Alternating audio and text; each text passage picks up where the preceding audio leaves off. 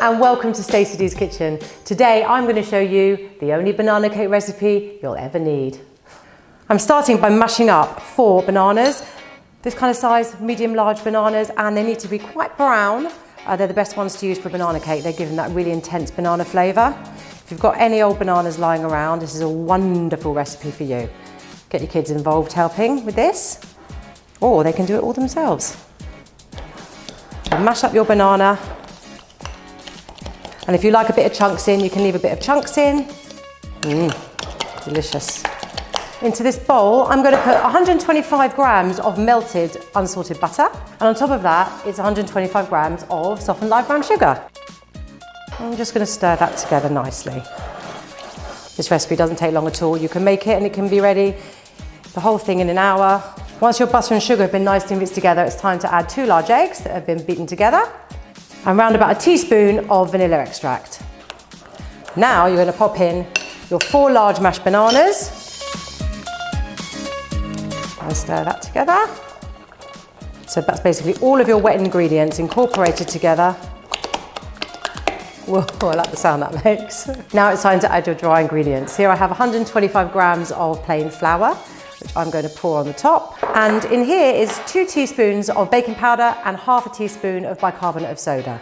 Put that on the top. Here I have 2 tablespoons of chia seeds. I try and add chia into as many bakes as I possibly can. It adds a nice crunch and also a little healthy twist to your bakes. Now we're going to make sure that it's all nicely incorporated in. I'm not going to overmix. My kids absolutely love having this banana cake when they get home from school. And also in their lunch boxes. You can have it cold, or you can have it warm with a nice caramel sauce over the top. So that makes a nice dessert. And I've shown you how to make a caramel sauce in another tutorial. Once you can't see any flour, and it's all been mixed together nicely, it's time to pour it into your lined loaf tray.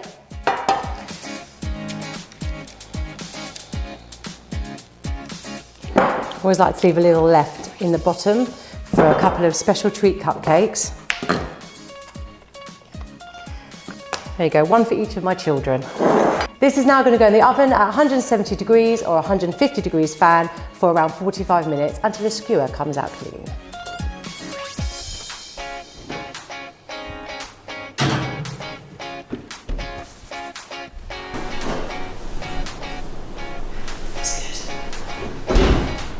Smells really good. I'm going to leave this here to cool for a little while before I turn it out onto a wire rack.